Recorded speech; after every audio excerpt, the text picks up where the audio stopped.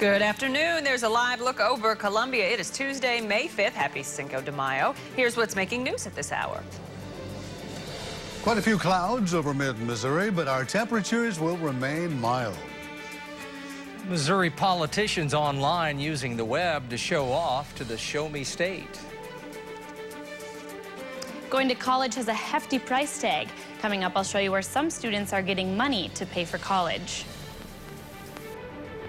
A high-speed chase on Highway 50 ends deadly.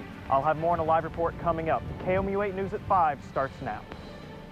From Studio 8A, coverage you can count on in high definition. This is KOMU 8 News at 5. A car chase on Highway 50 near Jefferson City ended in the death for the suspect. Good evening, everyone. I'm Jim Rick, in for Sarah Hill. And I'm Angie Bailey. Thanks for joining us. The chase started about 11:30 and ended only about 15 minutes later when the suspect was ejected from his vehicle. KOMU 8's Conroy DeLuce joins us live from Cole County's Sheriff's Office, which is one of the two counties where the investigation is taking place. Conroy, how'd this unfold? Angie, the chase started about on Highway 63 in near Westphalia in Osage County. The suspect, Thomas Deacon of Kellstown, then proceeded to drive down Highway 50 westbound towards Jefferson City. Shots were fired along the entire way from both the suspect and officers, the Missouri Highway Patrol and other officers. At Route M and Highway 50, the cop, one officer hit the motorcycle from behind that Deacon was riding, ejecting him from the car. Deacon then proceeded to turn one of his guns on himself and fired. He was then lifelined to University Hospital in Columbia, where he was pronounced dead later today. We're not sure exactly the events as it unfolded, but he did make a phone call to a public official at the courthouse in Osage County, made a threat, and at that time they identified who the subject was, and then they began looking for the subject. Now, coming up on KOMU 8 News at 6, we'll have more video from the scene where the incident happened, and we'll have more coming up in a live report at 6. From Jefferson City, I'm Conroy DeLuce, KOMU 8 News. Okay, thanks, Conroy. Well, convicted killer Ryan Ferguson will not get the get-out-of-jail-free card he was hoping for. The man convicted of killing a Columbia Daily Tribune employee in 2005 asked the court to release him from his sentence. He's serving 40 years. A court spokeswoman says the Supreme Court did not give a reason for denying Ferguson's request. He has a separate appeal now being considered by a Boone County circuit judge. He's claiming his original defense team was ineffective. Someone robbed a woman at gunpoint last night at a car wash on Paris Road. It's the latest in a string of robberies in Columbia. The woman told police she was cleaning her car when a man approached her from behind and demanded her property. Police said when the woman refused, the man pulled out a silver handgun and threatened her. Police believe 3 robberies in the past couple of weeks are connected. The first was April 19th, a home invasion on Old Plank Road. 2 weeks later, an armed robbery at the Domino's Pizza on Town Drive. And the third, yesterday, another home invasion on Bent Oak Road. All 3 robberies are believed to be committed by 2 to 4 young men using a rifle. If you have any information, call Crime Stoppers, and you can find Crime Stoppers information at our website, KOMU.com. Check in now with Dave. Still acts like it might want to rain out there, but not really sure. No, I think it's actually a pretty far, I should say, not much of a chance that it actually will rain. Our chances for precipitation tonight are very, very slight. As we take a look at live Doppler radar, we're looking at a little bit of light precipitation just to the southwest of Camden County, down there southwest of the Lake of the Ozarks area. For the evening hours, we'll see skies to be mostly on the cloudy side. Slight chance of a shower, maybe by midnight, but that's about it. Only about a 20% probability, which means, of course, there's an 80% chance that it won't rain. All right. Okay. Thanks, Dave. The recession is driving more college students to the private loan market. That's one theory, anyway, but not so much in mid-Missouri schools. KOMU 8's Samantha Running is here to give the local take on this national trend in student aid. Samantha?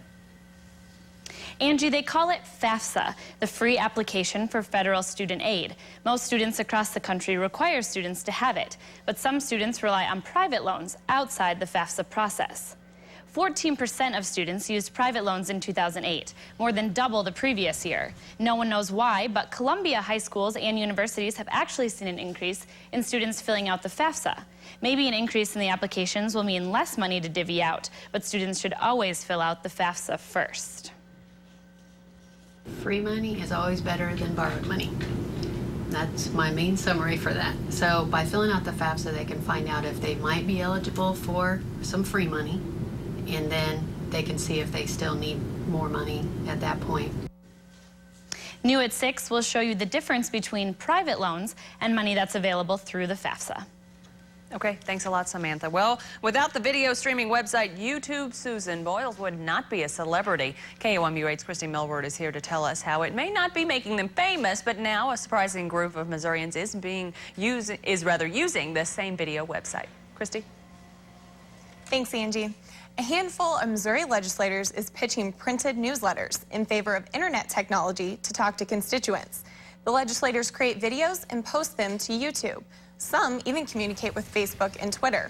One representative got the idea for the videos from his daughters and sees a broader target audience for the videos.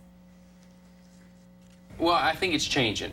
The target audience traditionally has been young people, because young people are traditionally the ones that use the internet for their news. But I think what you're seeing is more and more people that are older are starting to get into YouTube and Twitter and Facebook, and so I think your audience is a broad range. House members Eric Burleson from Springfield and Brian Pratt from Blue Springs also use it. Want to see your state rep on YouTube? Start at our website at KOMU.com. Okay. Thanks, Christy. I never have had the opportunity to view any of the memorials, and this is a lifetime gift, I think, to me. A lifetime gift for World War II veterans from around mid-Missouri. Early this morning, about 55 veterans gathered for the drive to St. Louis and their flight to the nation's capital. New on KOMU 8 News at 10, the vets return from their trip thanks to the Central Missouri Honor Flight, and we'll be there live to welcome them home. The housing crisis reaches the basement yet again.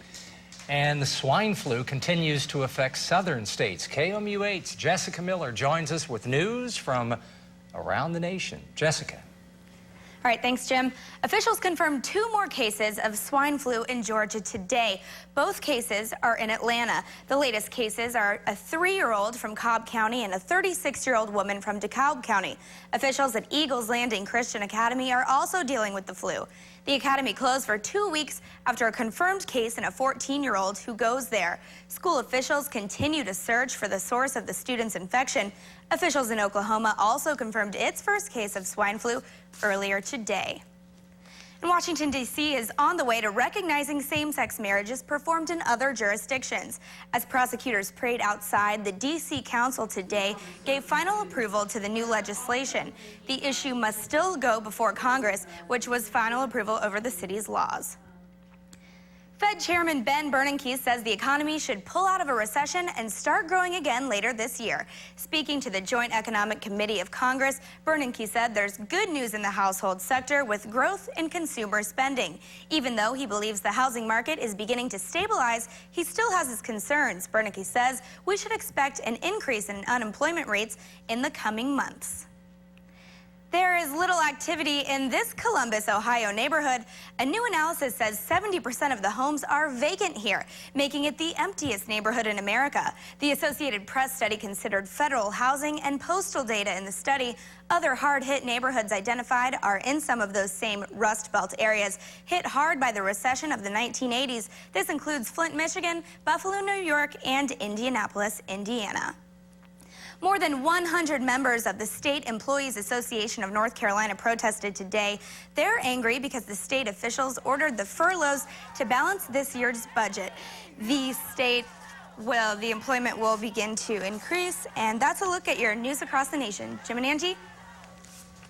Okay, thanks a lot, Jessica. If you want to comment or question the way we cover the news, be sure to visit our website at the address you see on your screen. You can now call us also with your view. Dial 573-884-NEWS and ask for the Your View comment line. We'll put your comments on the air Fridays on KOMU 8 News at 6. A European company is making progress on a timely vaccine. So when will the swine flu vaccine be ready? We'll have that in a Your Health report. And you're looking live over Highway 63. This is KOMU 8 News at 5. Coverage you can count on. Clouds probably will be plentiful for the next day or so. Chance of rain slim, but temperatures warm. My forecast is next on KOMU 8 News at 5.